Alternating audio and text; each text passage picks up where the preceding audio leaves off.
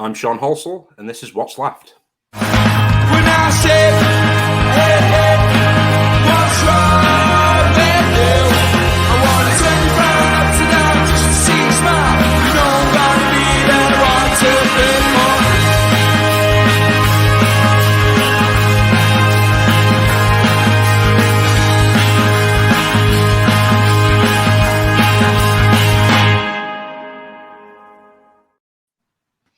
Hi, everyone.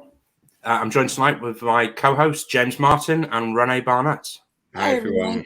I got to mention that our intro song had me dancing in my seat, and I should mention that is from the band Wheel in the UK, and they so graciously let us use their song as our theme song. So I have to say, Billy Martin and Wheel. Yeah, absolutely. Billy Martin and the Wheel Band. And you should also check out one of their other bands, which is a bit more more karaoke, I suppose. I can already hear me brother shouting, but Moon Candy as well. They're just as good. Summertime, my favorite. One song I can't listen to without crying. How's it going, Sean? I'm good. How are you? Yeah, all things considered, as Europe experiences, intolerable heat, where the human metabolism can't do anything. Just sat here in the UK, where I'm looking at localized flooding, and summer seems to be more like spring, and autumn seems to be more like summer. So very unusual weather, I've got to say. Here too, it's very, very hot here. Has been for a while. Fair warning, I did notice the lights dimming a little earlier, so we've turned off every unnecessary appliance in the house. So if I disappear, you'll know why. But Renee, you're not an unnecessary appliance. I hope you're not plugged in. I'm not plugged in. No, I'm a wind-up. I just wanted to mention to everyone as well, it would be remiss, like every podcast going, but look, you can get cups and other bits of stuff if you really want. If you are interested in getting a What's Left cup or t-shirt or cushion or anything like that, then go on to Redbubble, and all you need to do is type in What's Left and you will see the shop, and there'll be some links going up on screen shortly.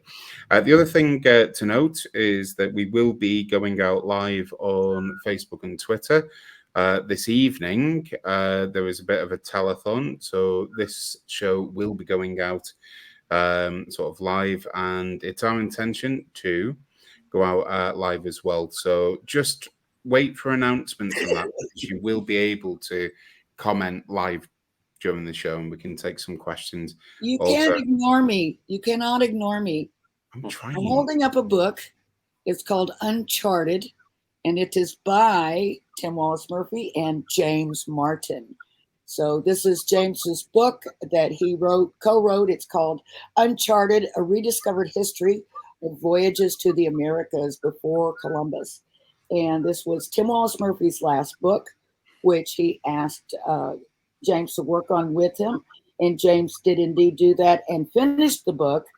So this is the last published work of Tim Wallace Murphy, and James's new book to sort of precede a series of 3 books that are 3 books coming. Yeah, indeed. Thank you for that, Renee. Knights Templar, which I am just gagging for. It's such good information. Those should be treasured pieces in everyone's libraries that are interested in the Knights Templar. You know, they're great books to read, but they're hugely, hugely important reference books. So when they start to drop, we'll let you guys know. But right now, Uncharted is available. Just go to Amazon. And on Audible as well. But I've never known anyone gagging for anything I've helped pen. But anyway, thank you for that. Oh, no, not at all. I had it right here. Well, I was So going to say I was embarrassed by things like this, but I thought, well, what better than disguising the rain than having just a few books in the window. appropriate messages in the background. So there we go. Absolutely. Anyhow, so Sean, what do we got going on today? So today we're very lucky to be joined by a Belgian trade unionist, works for the BTB union, and former dock worker from the port of Antwerp, Nick Loridan. So Let's bring him on. hi, Nick. guys. Hi, Nick. Hi there. Welcome to the show, Nick. Thank you very much, James. I just thought I'd mention something. It's just come up, and it is something that's going to have quite a few ramifications and what have you. And this is, of course, the Spanish general election. So polls have just closed there, just as we come on air. Polls have quite literally just closed. And it seems, or at least the predictions are, of course, we don't know until there's some sort of exit polling. So hopefully, by the time you listen to this, I'm eating my words, but it would seem that the Spanish Conservative Party will end up in a coalition with a far-right party known as Vox. And why this is important, and especially for people around the world who perhaps don't necessarily understand the nature of international politics and how it could affect them, there is one part of the world that often is either misunderstood or just not spoke about, and that's the territory known as Gibraltar, who at this current moment in time were relatively advanced in a I very nearly swore them, Brexit. And for those who know me personally, you know what I like to call it. You have a different But a post-Brexit treaty that would have seen at least some perhaps more custom union relationships, cross-border travel and what have you, and including perhaps even sharing of the airport there.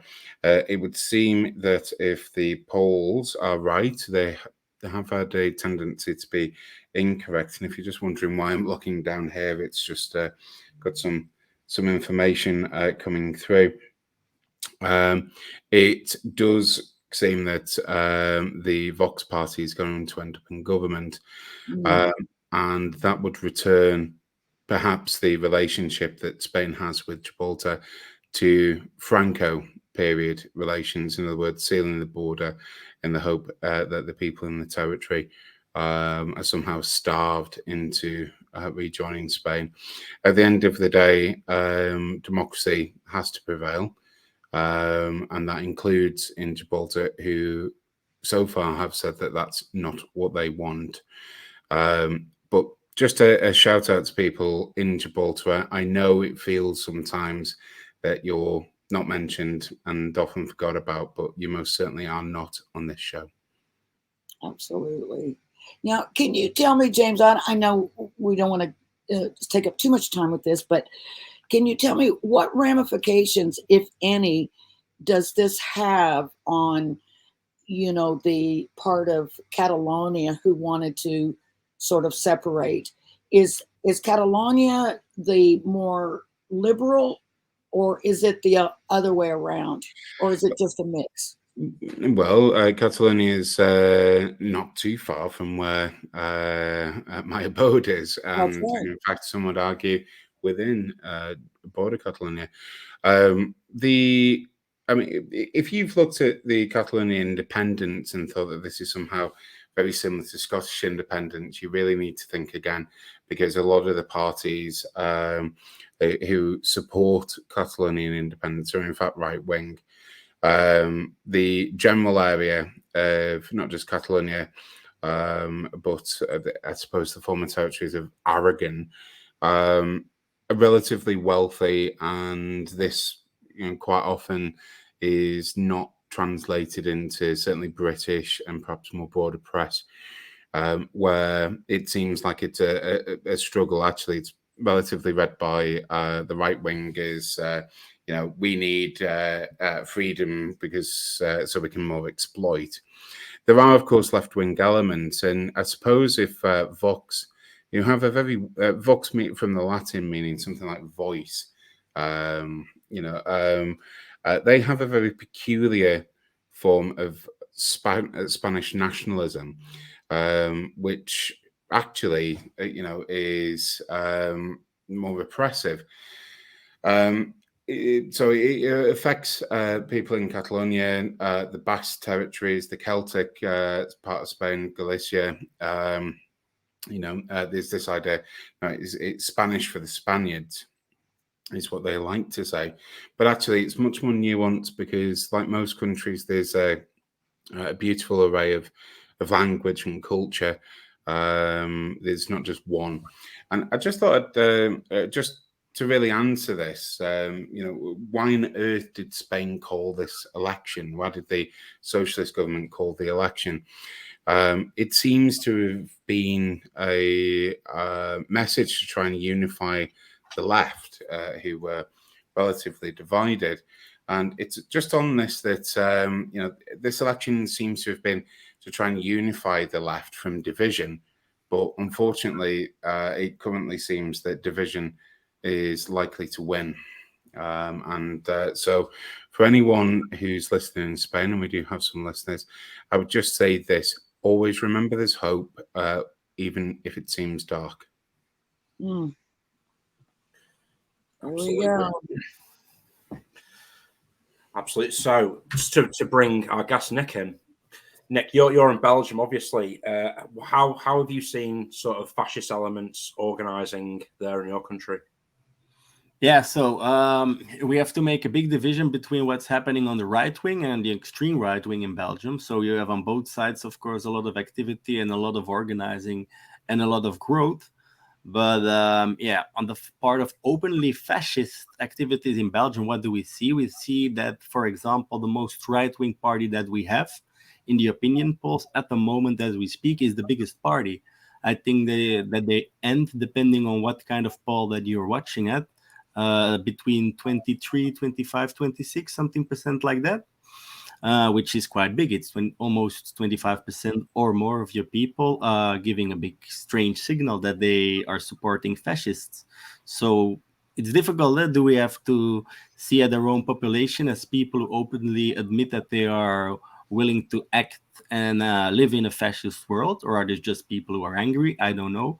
But this is what we see at the moment. We see that a party which is, let's say, rubbing really hard and near towards what fascism is the biggest party that we have in our polls.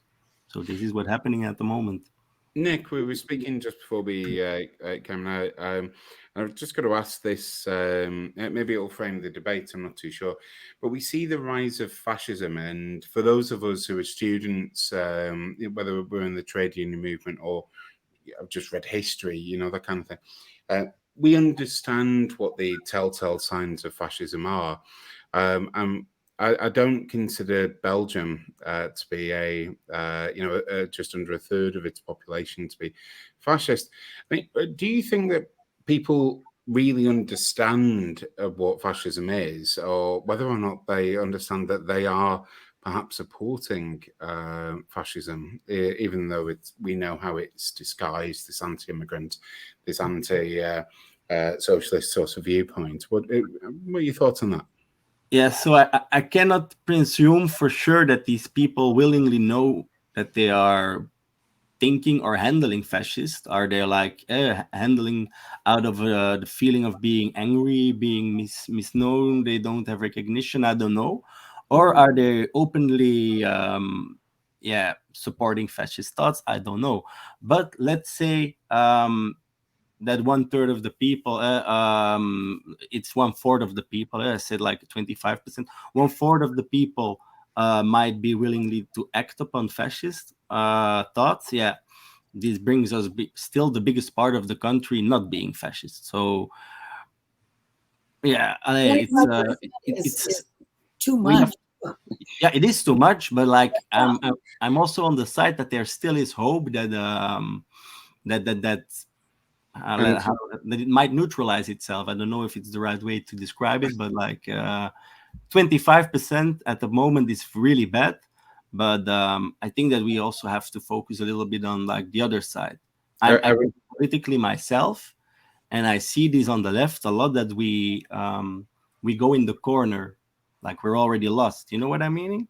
Like I Yeah. think I think it's worthwhile noting just for everyone that, of course, in Germany, the National Socialist German Workers' Party attained, the person I'm avoiding mentioning, but I'm going to have to. So sorry, Facebook and all of this, they have issues with it. But Hitler was elected finally. He was appointed as Chancellor after his party received under a third of the vote.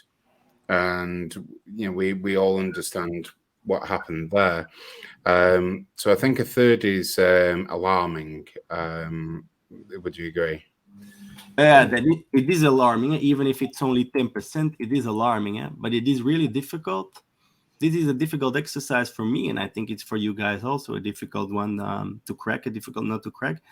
Are these people fascists, or are these angry people who are not well written into the subject matter of how geopolitics work? I don't know, but like we don't know this for sure. Are these, is it 25% of people who are openly calling for an ideology to be in charge here that runs on hate and that dispose of human life like filth?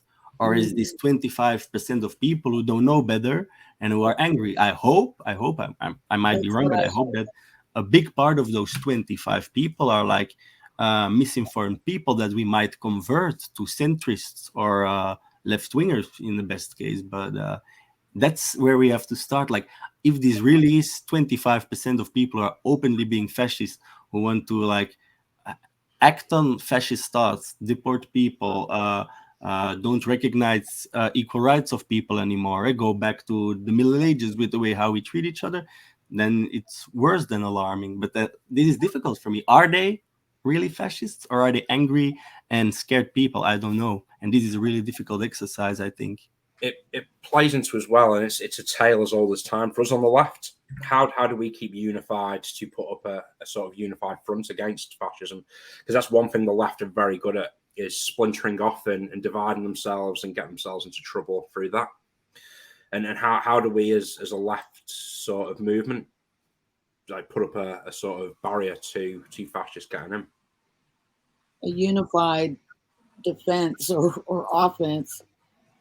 But you know, here, Nick, in the United States, and I'd be curious to know from you and from my colleagues in America, there are many families that are divided.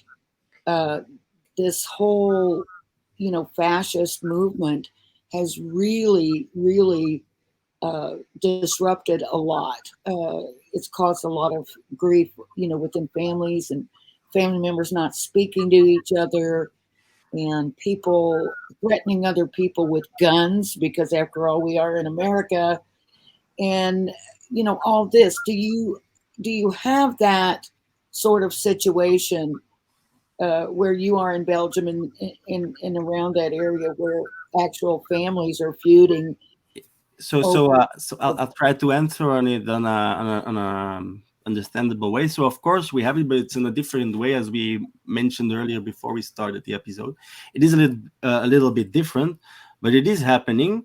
But I'll add in an element which is more universal, because gun laws are very different for us. So the dispute and the way of how families might interrupt and might have disagreements with each other go a little bit different. But the thing which is universal is the element of conspiracies and the fake news, and this is really disrupting in the family bonds and friendship bonds. Let's say what happened during COVID. We have COVID where like all, okay, I have to stay diplomatic with how I describe it, but let's say all well-willing people during COVID understand that there is happening a lot of things. We don't know what is happening, but there is a lot of things happening. We have to act, we have to be social, we have to work together, we have to think. And then you see this, let's call it what it is, a part of the right-wing ideology that steals this momentum to disrupt a lot of the things that are happening through fake news, misinformation, fake experience of people describing all. It's as crazy as you can imagine. And this, until today, this created and this is, in my opinion, even more scarier than the extreme right, the element of the anti-establishment, the anti whatever you want to call it movement, because it is like this thing that is existing at the moment where you have, like, let's call it anti-woke people, you have conservative people, you have skeptic, angry ex-left-wing socialist people, and like it's this cesspool of I don't know what it is. It's not only right-wing and fascism, and it's a lot of extra things which are added in this soup. And as you mentioned, it is disrupting society, schools, soccer teams, families, political groups. It doesn't matter what. It is disrupting and putting people towards each other in different camps. Yeah, this is happening too. Of course it is. It's everywhere, right? It's a crazy time. We said earlier, it's a lot of on the wall. I think it's such a good point as well to say that we saw during the various lockdowns the rise in the Facebook degree, the number of people who were schooled by a friend or a friend, and all of the rest of it. But of course, that's exactly the route in. If you found lockdowns frustrating, well, I think everyone did. But it was those who understood the necessity and those who didn't, who then were listening to those people who thought, well, we disagree, and actually it's all because of martial law, it's all because of some government, or it's because of whatever. So I think the point on social media is intriguing, because I think what we've got is the rise of the excuse as currency. It's not my fault. Obviously it's something else, or, well, I'm special, or whatever it might be. And we've got the Muck headline now. The number of people who share posts on social media without reading where it's come from has enabled quite a large number of people to be radicalized in this way. I mean, Nick, you work in or have experience within the ports, and I always think that port cities are usually the most friendly, open-minded. There's lots of people. I frequently say that the cure for racism is travel. It is, how well does that translate? That's like this point that we are living in a different world, and a lot of people actively sometimes know that we are here trade unions too, so of course you know this, but the time that the port was in the city is long gone. Our port is tens of kilometers outside. You have to drive 20-30 minutes to get in the port of Antwerp, out of Antwerp to get there, because it got so massively industrially. It's completely cut off of society, of family members, of communities, of like, it's far away. So this romantic element of people going to the city, the dock workers, and the romantic bar where they are together with where like you have the woman of the night and the dock worker and the straight, like everybody is together at the film noir. That's gone. It's all very industrialized and factory mentality. The port is outside of the city center, and the city, as it is still a port city, of course, a lot of dock workers, but the city became a major city like every other European major city, which is flaws like every major city has, of course.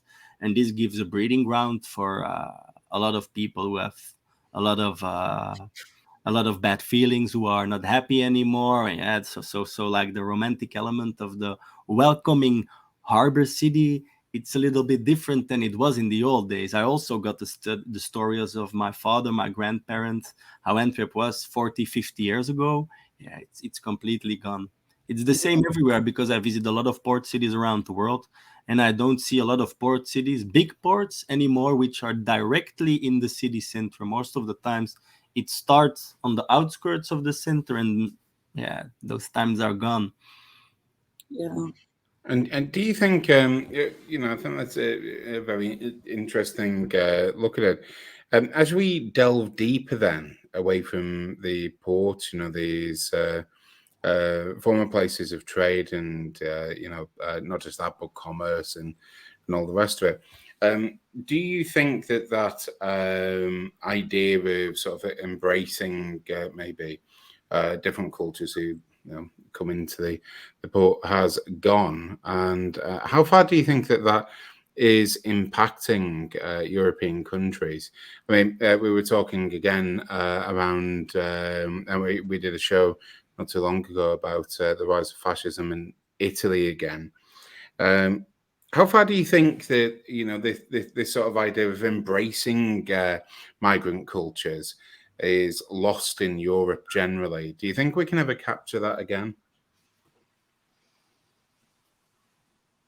Sorry, this might be a difficult one to make a one fits all solution answer, but I don't think it's gone everywhere. You have a lot of cities, like I mentioned earlier. I travel a lot because I have my main job here, but I also do a lot of international work. ITF, International Transport Workers Federation, European Transport Workers Federation stuff, transport workers and dock workers. So I meet a lot of people. It depends on a lot of factors. You still have cities where this is welcome, as you describe it. Even in Poland, let's say Poland, for example. I was thinking about Poland earlier when we talked about ports and welcoming migrants. You have parts of Poland where you cannot walk as a migrant or as a gay person. You will be whatever. A lot of bad things would happen. And then I was in cities in Poland which were more open than where I live, where you had like LGBTQ friendly pub where you could walk on the street. There were like these happy Londonish Berlin feeling hipster bars and everything, and this was quite well. But then you go to the countryside where there is like one school for 5 cities or villages, let's call it like that. So it depends. Of course, I believe that this still exists. Even where I live, this exists. It's also a generational difference, who is open towards other cultures, who isn't. But it's just such a strange moment and place and time to be. Like, I'm sometimes quite negative, but I also think that we should try to approach these problems positive, like, because we are the first generations to live with a smartphone, with internet, with social media. This is like this crazy device that spews out hate and shares it so much. We are now trying to use it for something good, but most of the times it isn't used for good things. So like, I think this being open toward cultures, it might even get bigger again. But like, there's a difference generationally, difference depending where you are, in which country, in which city. It's like so many different factors. But I do think that we should be very alert, because it is under attack, the right to be open toward those things and to be part of a different culture. So yeah, but it is, as I said, a special time. Sometimes when I have conversations like this, like, it's like we are pioneers. We are the first ones to face problems like this. How are we going to tackle cultivated hatred going in our membership as trade unionists? How are we going to do this online? And my union, for example, we have this part in our rules, in our set of rules, which says you cannot be an active board member of our union, which has a steering position or the right to vote in the union, and be part of an extreme right-wing social party, a non-social party. Yeah, like, you can be part of any party, but not the extreme right-wing fascist. If you are part of that, you cannot be an active board member of the union. Yeah, how are we going to react in the future on union members who are not part of a party like that? We have parties like this. I'm gonna give an example. A guy who is a member of the Communist Party, a socialist in heart, but so stupid that he actively keeps sharing a lot of fascist shit on Facebook. Like, this is really difficult. Like, how are we going to tackle this kind of things? And like, we are the first ones. It's strange. And I have to say, for broadcast just outside of Europe as well, but around the world, these issues are also picked up in the United States as well. a country. I was so interested where you said about we're the pioneers, but actually a country that pioneered the idea that many people from many parts of the world could come together in a land, at least experience some freedom. That seems to have been a bit of a message that. Well, I don't know, got deleted or blocked. We're definitely on a slippery slope, that's for sure. That is for sure. And what's interesting, is thinking about what Nick was saying about people, stupidly sharing material that they might not even agree with, but just out of ignorance, they don't understand the ramifications of it. But we have, then the propagandists, and I know there's a lot of propaganda coming out of Russia and probably China that is focused on both sides, which is interesting because they'll stir up the left, and then they'll stir up the right. And, it's like, because they don't care which side it is. They just want us to be divided. And we're too stupid to see that. And so we fall for it every time. But John, what do you think? No, yeah, I was just going to jump in to ask Nick what his thoughts were on the sort of how the EU Parliament will look over the next few years. Do you think the far right will start getting more of a grip on that? And if so, what does that look like for workers' rights? Oh, it's quite difficult. So, let's tackle this question in two parts. I'm not quite sure. I'm not going to do it. I think if we pull up a chart of the actual state of the European Parliament, how the seats are divided over the different coalitions of parties, I think that the biggest part at the moment might be conservative right-wing, especially if you take away the green part. I think the real left-wing, red socialist progressiveness, the Greens excluded, I think that we're not that big at the moment. So this is already negative, not even talking about the national policies everywhere in each country. But I'm going to give a Belgian example. We have a right-wing party, N-VA, which my party works together with because I'm also politically active in Belgium with Verraad, socialists. That party is openly talking about a right, justice, personal status. I don't know how you translate this right in English, but it's the fact that as a trade union in Belgium at the moment, you're not a legal person. So you cannot be prosecuted as a legal person. I'm going to give you an example. You're a trade unionist. You do an event somewhere. The people get out of control and 1% starts fighting. And then you cannot be charged in your personal name. Let's say the normal right-wing party is openly having the debate, like, should we talk about this? And right-wing party, which is biggest in the polls at the moment, is like, yeah, union should have had this years ago, so we could have jailed those crazy bastards. So of course it's going to have implications for the working class, because the moment things might go shitty, the first 2 years, it might be good on the right-wing rule and fascist rule, nice. But after a few years, your shit starts happening, and then you have to protest, and then you don't have the right to protest, and you can't go out. And your friends with whom you had nice contracts, they're in jail, and your neighbor on the other side of the road, which whom you might have organized because he's in the same factory, he's also in jail for being brown. So after a while, yeah. So Nick, from that perspective, then, I mean, you in the UK, essentially, it's illegal to protest. In some states in the US, it's illegal to even be in a union. How does Europe view the UK and US generally in terms of workers' rights? Yeah, UK was recently European Union, so I think our thoughts on Brexit might be the same. But let's not try to hurt Renee's feeling. Let's take America, for example. For me, it's sometimes a really strange country, to watch. All our shows are American. I was raised on The Simpsons and South Park, and The Nanny, talking about the worker strike now, The Nanny. Those kind of series which are all American spoken, we know how the system works, and then you see this crazy American dream everywhere, and everybody wants to be American.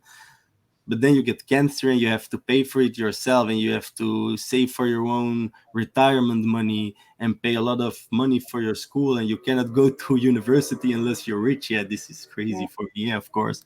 So England is, in my opinion, more Western Northern European, more in our style, but America is very different.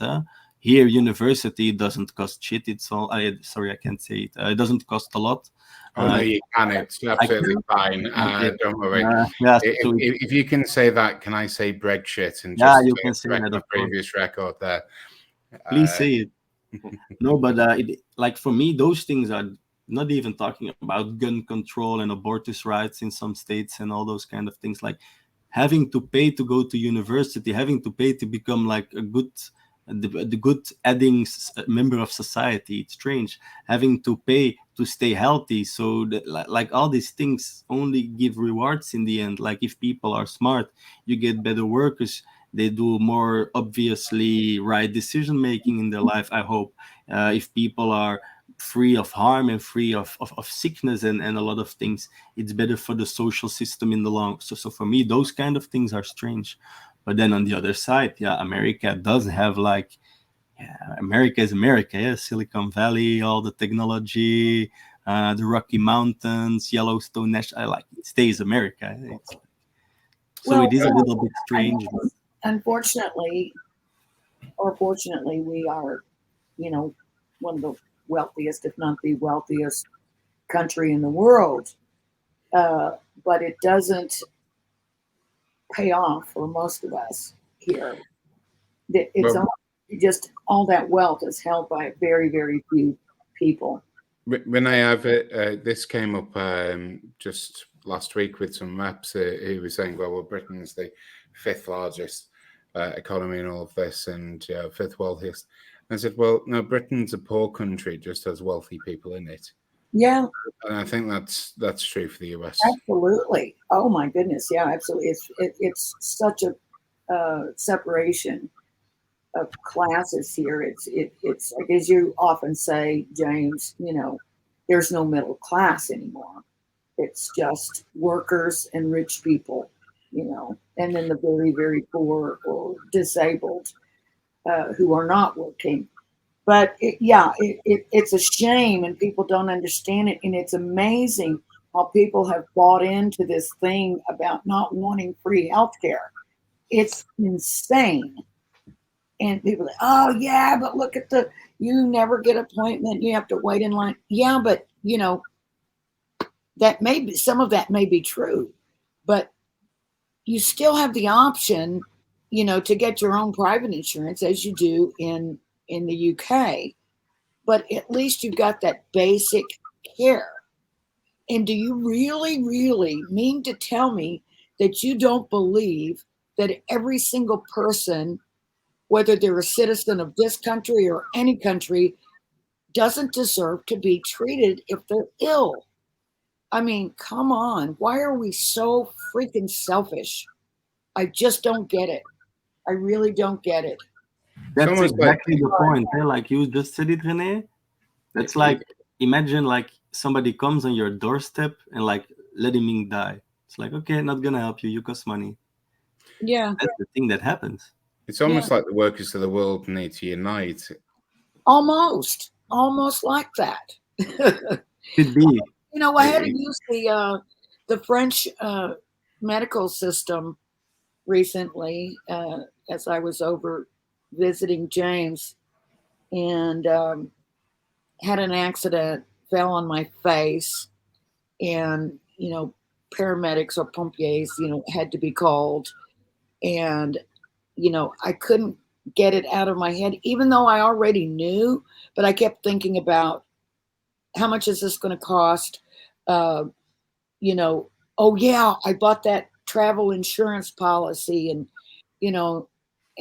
I kept saying, who do I pay? Who do I need to give my insurance to? And the pompiers were going, it's free, it's France, and I couldn't believe it. They, and of course they offered to take me to hospital, and that would have been free as well. And it was just an amazing experience. Never seen anything like it. Worst thing they do, I don't care if you're bleeding or whatever, you go into the hospital, they want to see you're insured. They want to see your insurance. And you do sometimes get turned away because you cannot pay. And that's, I think that must be like one of the most inhumane and bad feelings, like being sick, having the need to be helped, and then like, yeah, can't we're not afford gonna it. help you. Please bugger off. Yeah. Yeah, that's quite strange. Like, imagine this happening. Like, for me, culturally, it's strange to understand that this could happen somewhere. It is, especially in a country like the United States. You would think we would be a little bit more advanced than that, but really we're not in a lot of ways, unfortunately. But I think especially the the free most healthcare, why would you ever say no?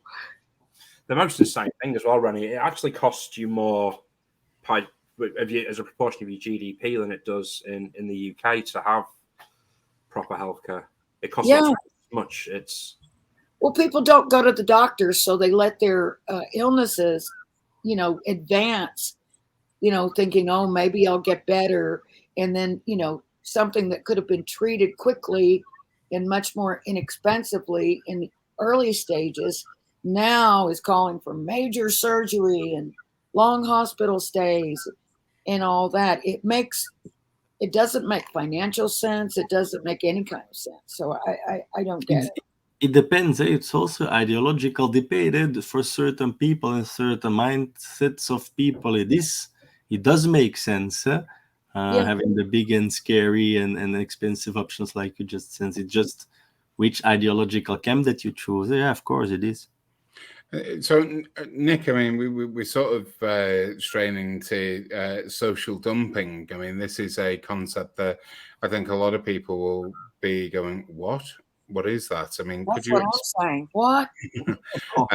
Would you be able to explain to everyone? I'll explain it easy with a car crash that I had, and then I can elaborate it further. One time I was driving to work in port. I was hit by trucks 2 times while I was working in the port area. The first accident that I had was with this guy. He steps out, he's almost crying, so I was interested in it. It looked like an Eastern European strong guy with tears in his eyes. So I'm like, what's happening here? And he starts talking and difficult paperwork, doesn't speak a lot of English, so I call the police, and then the monkey comes out of the box. I think the guy was Slovenian or Lithuanian or something. The truck was from a Romanian or Bulgarian company, and he was working for a subcontracted boss, which was a Belgian guy. So it was a lot of, this is social dumping, like you can be part of European Union in the form of Schengen, that you don't have to do the or the economical zone, that you don't have to do a checkup. Nick, just hold on, just for those outside of the Schengen area is essentially a common travel area where you can travel between countries without need of border control. In the European Union. Within the European Union. Yeah, that's quite important to know. Thanks, James. So that's so if you are in Schengen or the economical zone as a country, you can employ people from outside your country, but you don't have to pay them the standards of your country. Let's take an example. If you're a Belgian, quite expensive industry to be a truck driver, and you're having a trucking company. Let's say you employ people through a post order company in Eastern European, where you pay the Eastern European wages and social benefits, which is not so good. Then those people start driving in Belgium for Belgian companies. This is a prime example of social dumping, but this can happen in a lot of sectors, in a lot of different forms of being employed, where they just take advantage of the system by employing people through post-order companies in countries where they have to pay them the smallest wages. Yeah, it's quite a terrible practice which is happening. And then I'm not even talking about bogus self-employment contracts and all these kind of things, because it's even worse. But it's smaller social dumping. It's we can have a talk about social dumping for hours. It's so treating people just differently, worse conditions. I'll give you an example differently. Yeah? If you're a Belgian guy and you work for a Belgian company and you are registered here, like this boss, he has to follow certain rules. towards resting periods and all these kind of things, and then he has to pay for. And so you're only working in Belgium for this Belgian company. You have the right and the chance to take a shower. If you're, for example, being if you're being a guy who's working for a post order company and he's having the consequences of social dumping, you're for 2 weeks in your truck already, you want to take a shower, then you're lucky to maybe get some heated water somewhere to pour it on your head and then take a shower behind your truck. So this is differently. Exactly, there you have a number A citizen and then you have the B citizen. This is what social dumping is, but they disguise it as being progressive and the future and eternal growth, and we need them. You know it, how it is, James? I certainly do. Because essentially what we're describing is, and this isn't something, everyone, that you do just on a Friday or Saturday, but what we call in the movement the race to the bottom. And it actually ties in very much with the rise of the far right. For example, these people are coming over here. I mean, I love that phrase. Especially in Britain, which, by the way, I just remind you, is an island. Where do you think people came from? Just saying. But where you have this, coming over, taking our jobs, doing all of this. Well, actually, it's not the people. It's the companies who are undermining them. Basically, what you've described there is Amazon. And you mentioned just earlier on, Nick, and I think it's right to bring it up again.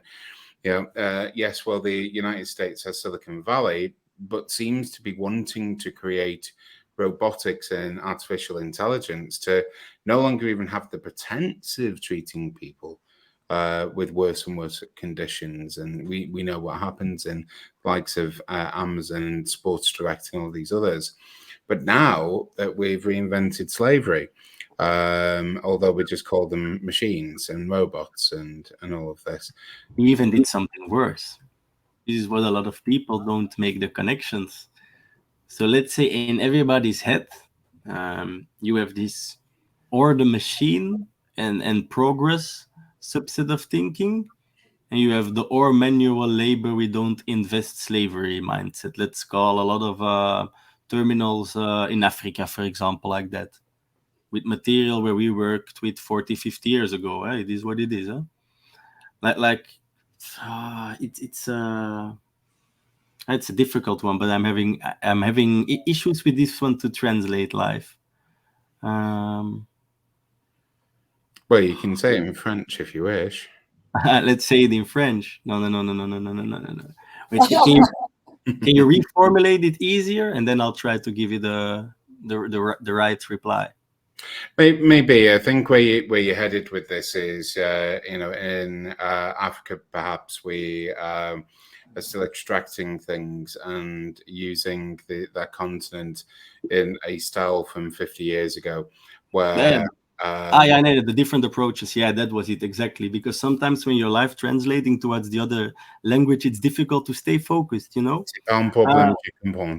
Yeah. So let's say you invest in people. This is how we see it: invest in people or in machines. But there is a point that everybody seems to forget: is that you can combine social dumping or misusing people and giving them bad working conditions and machines together. There is already exactly the capacity and the technology to completely steer a terminal and make it operational, let's say the port terminal, with technology operated from the other side of the world. So you still have a human factor, and you don't have to trust the technology and the machine completely, which by some laws is prohibited to work completely with automated and digitalized and robotized technologies. So then you can say, for example, we can have a crane in a European country where the law system is not really protecting the worker as good as in Belgium, for example.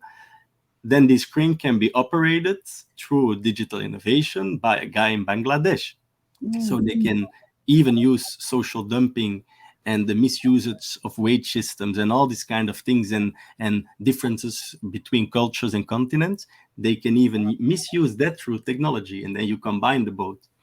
It was And that it's an interesting point because a lot of people, certainly in the various unions that I speak to around the world, seem to think that globalization's dying, and I'm bewildered by this. They say, well, countries are becoming more protectionist, looking inwardly, and yet that's very much not the case. It depends also on the sectors, huh?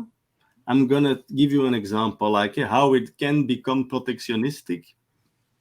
Sometimes when I talk with people who are like on the progressive side, but they are investors, and they have this progressive green way of thinking, the just transition kind of guys, and then they're like, yeah, we can become circular, and then you can like become protectionistic. You can reuse your own materials. I just want to so just transition for everyone is at the minute we have an economy that's very linear.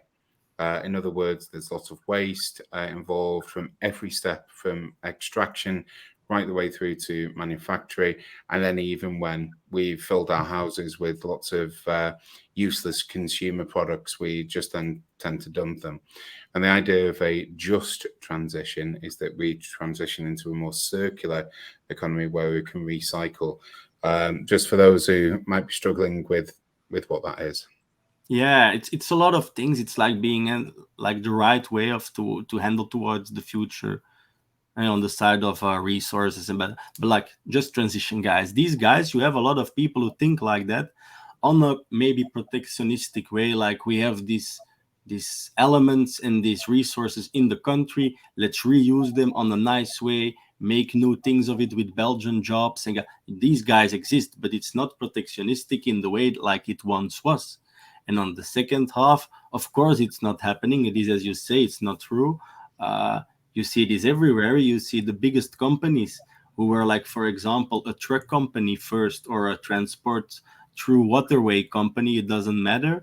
And like they now these days in 2023, you have like full size, full supply chain organizing multinationals who become bigger and bigger, swallowing one company after the other, and then larger and bigger and eternal growth. And like, so of course it's not that globalization is going crazy and in an innovative way as that we couldn't have imagined it once. Huh? I told you during COVID, watch out for the moment when you have like, they already rented it, but like imagine an economy where you have like the Amazon resource gathering facility transporting Amazon resources as iron or copper, I don't know, to the Amazon factory where it fabricates Amazon earplugs or loudspeakers for music. This already happens, huh? And then they sell it online through their Amazon stuff to reship it with their Amazon truck to the, and that's the crazy thing. Imagine an economy where Amazon has own vessels and airplanes, and this is where we're going. So of course it's not that. It's only becoming crazier and bigger. Absolutely. As well, Nick, as well, we going back to earlier where we talked about sort of the lack of political education leading to people not really understanding fascism. Do you think there's in sort of the casualization of labour in the ports where you were, and the sort of hammering of trade union membership across Europe, certainly in Britain? I think a lot of people once relied, like pre-1979 with Margaret Thatcher in this country, relied on the trade union to give them that level of political education and understanding of how they fit into the world and the marketplace, for, again, lack of a better word. Do you think that sort of attacks on trade unions has sort of ended up with a complete attack on political education and people's understanding of how politics works? Well, it has to do with it, but yet again, it's different. If you watch like how unions work, for example, here is what we call, let's say it, the verzuiling, het zuilingssysteem. I'm gonna try to fit it in an English manner. It's the pillar system. So you are a pillar, and I'm gonna like really physically show it you guys. You have the ground, then you have a pillar, and on top of the pillar you have the roof. A pillar like a Dorian or a Corinthian Roman pillar.